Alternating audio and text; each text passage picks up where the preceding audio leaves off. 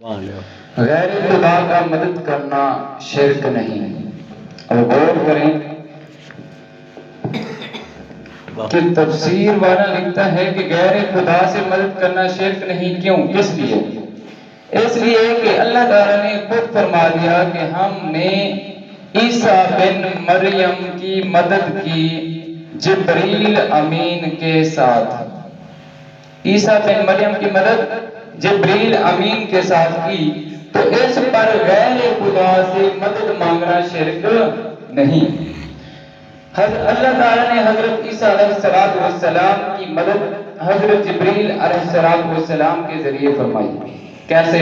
اور جب حضرت جبریل علیہ السلام مدد کر سکتے ہیں تو حضور صلی اللہ علیہ وآلہ وسلم بھی اللہ تعالیٰ کی عطا کی ہوئی طاقت قدرت سے یقیناً مدد فرما سکتے ہیں۔ حضور اکرم صلی اللہ علیہ وسلم کا اپنی ظاہری حیات مبارکہ میں مدد فرمانے کا کثیر احادیث میں ذکر ہے، جن سے یہ ثابت ہوتا ہے کہ سرکار دو عالم صلی اللہ علیہ وآلہ وسلم نے اپنے وصال ظاہری کے بعد اپنی بارگاہ میں حاضر ہو کر فریاد کرنے والوں کی مدد فرمائی۔ جنہوں نے میرے آقا کے سامنے آ کر ہاتھ پھیلا دیے، میرے آقا نے کسی کو محروم نہیں کیا، سب کو عطا فرماتے گئے۔ تو میرے آقا کی جود و صفا کی ایک مثال میں یوں کہوں کہ ایک مرتبہ بحرین سے مال آیا، بہت زیادہ مال آیا، بحرین سے غنیمت کے طور پر بہت زیادہ مال آیا۔ صحابہ کرام وہ مال لے کر آئے، میرے آقا نے فرمایا مسجد نبوی کے صحن میں بچھا دو سارا مال۔ سونے تھے، جواہرات تھے، جو بھی اس میں تھا، سارا مال مسجد نبی کے صحن میں بچھا دیا گیا۔ اب غور کریں، میرے آقا نے وہاں آنکھ اٹھا کر دیکھا تک نہ اس مال کو، آنکھ اٹھا کر دیکھا بھی نہ، سارا مسجد نبی کے صحن میں وہ مال پڑا ہے۔ تو آپ نے فرمایا نماز پڑھ لیتے ہیں، نماز پڑھنے کے بعد اسے تقسیم کرتے ہیں۔ تو میرے آقا نے نماز پڑھی، نماز پڑھا کہ میرے آقا پھر متوجہ ہوئے اس مال کی طرف، تو جو بھی آیا میرے آقا نے چلو بھر کر اس کی جھولی میں ڈالتے گئے۔ اتنے میں آپ کے چچا حضرت عباس رضی اللہ تعالی عنہ تشریف لائے۔ تو تشریف لائے، انہوں نے مال بھرنا شروع کر دیا بڑے کپڑے میں، جیسے ہم بورا وغیرہ جسے کہتے ہیں، بڑے کپڑے میں بھرنا شروع کر دیا۔ انہوں نے کہا مجھے بھی مال دیں، میرے آقا نے فرمایا جتنا اٹھانا ہے اٹھا دیں۔ اب دیکھیں انہوں نے بھرنا شروع کر دیا مال، انہوں نے بہت زیادہ بھر لیا، بہت زیادہ بھرنے کے باوجود جب وہ اٹھانے لگے تو ان سے اٹھانا، مال بھاری ہو گیا بہت زیادہ جو تھا۔ تو حضرت عباس نے عرض کی یا رسول اللہ، کسی سے صلی اللہ علیہ وسلم کسی سے آپ فرما دیں کہ یہ مال مجھے میرے کندھے پر رکھوا دیں۔ میرے آقا نے فرمایا نہیں، تو انہیں خود اتنا مال اکٹھا کیا خود اٹھائے گا۔ اب دیکھیں، تو میرے آقا کے تھے چچا، تو حضرت عباس پھر فرمانے لگے یا رسول اللہ صلی اللہ علیہ وسلم آپ ہی پھر آ گئے نا، آپ ہی اٹھوا کر میرے کندھے پر رکھ دیں۔ تو میرے آقا نے فرمایا نہیں۔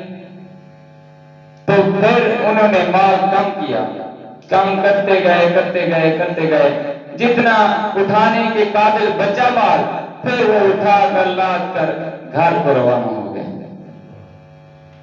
میرے آقا دیکھ رہے تھے۔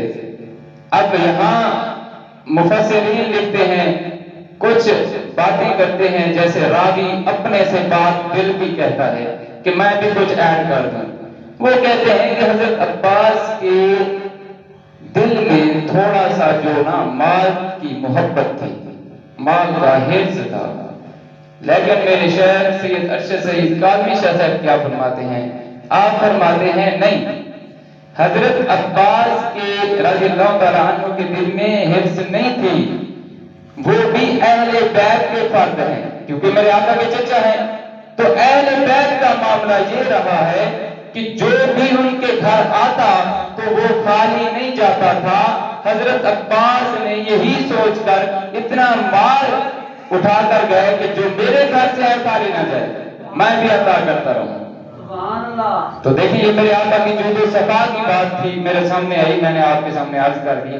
تو میرے آقا نے کبھی کسی کو اف تک نہ کہا۔ میرے آقا کے اخلاق حمیدہ دیکھیں، 10 سال حضرت انس رضی اللہ تعالی عنہ آپ کے خادم رہے، آپ کے ملازم رہے، آپ کی نوکری کرتے رہے۔ آپ غور کریں، 10 سال میرے آقا نے کبھی 10 سال میں انہیں یہ نہیں فرمایا یہ کام کیوں کیا ہے؟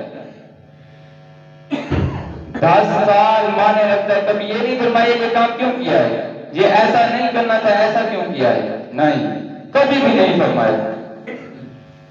10 سال بہت بڑی چیز ہے۔ ایک دن آپ کے پاس کوئی ملازم آ جائے تو آپ اسے کہتے ہیں کہ یہ کام ایسا کیوں نہیں کیا تم نے، یہ ایسا کرنا تھا کیوں کیا ہے، اس کے کاموں میں کیڑے نکالتے ہیں۔ لیکن میرے آقا تو اتنے رحمت للعالمین ہیں کہ آپ نے اب تک ایک بات بھی نہیں کی انہیں۔ تو مشہور محدثین امام ابو بکر بن مکری، امام ابو القاسم سلیمان بن احمد طبرانی اور امام ابو شیخ رحمۃ اللہ علیہ نے مزارق الانوار پر حاضر ہو کر بھوک کی فریاد کی۔ اب غور کریں، میرے آقا کی مزار پر حاضر ہوئے کون کون سے امام؟ امام ابو بکر بن مکری، ابو القاسم سلیمان بن احمد طبرانی اور امام شیخ ابو شیخ، یہ تینوں امام کیا کیا انہوں نے؟ حاضر ہوئے میرے آقا کی مزار پر، میرے آقا کی مزار پر حاضر ہوئے اور بھوک کی فریاد کی کہ یا رسول اللہ اب مزار میں ہے میرے آقا۔ غور کریں، میرے آقا مزار میں ہے، مزار پر آئے اور فریاد کی کہ یا رسول اللہ میں بھوک لگی ہے۔ اب غور تو کریں، تو رسول کریم صلی اللہ علیہ وآلہ وسلم نے ایک الوی کے ذریعے انہیں کھانا بھجوایا اور اس الوی نے کہا آپ لوگوں نے بارگاہ رسالت میں فریاد کی تھی تو مجھے خواب میں حضور اقدس صلی اللہ علیہ وآلہ وسلم کی زیارت ہوئی اور حضور کو نور صلی اللہ علیہ وآلہ وسلم نے مجھے حکم فرمایا کہ میں آپ لوگوں تک کھانا پہنچا دوں۔ سبحان اللہ۔ تو جو فریاد لے کر گیا میرے آقا کے دربار پر، میرے آقا کے مزار پر، تو میرے آقا نے خالی نہیں بھیجا اور نہ قیامت تک کوئی خالی لوٹے گا۔ جو بھی مدینہ منورہ میں جاتا ہے میرے آقا کی بارگاہ سے کچھ نہ کچھ لے کر آتا ہے۔ میرے آقا عطا فرماتے ہیں۔ میرے آقا کا فیضان قیامت تک بڑھتا رہے گا۔ قیامت تک کیا، قیامت کے بعد بھی بڑھتا رہے گا۔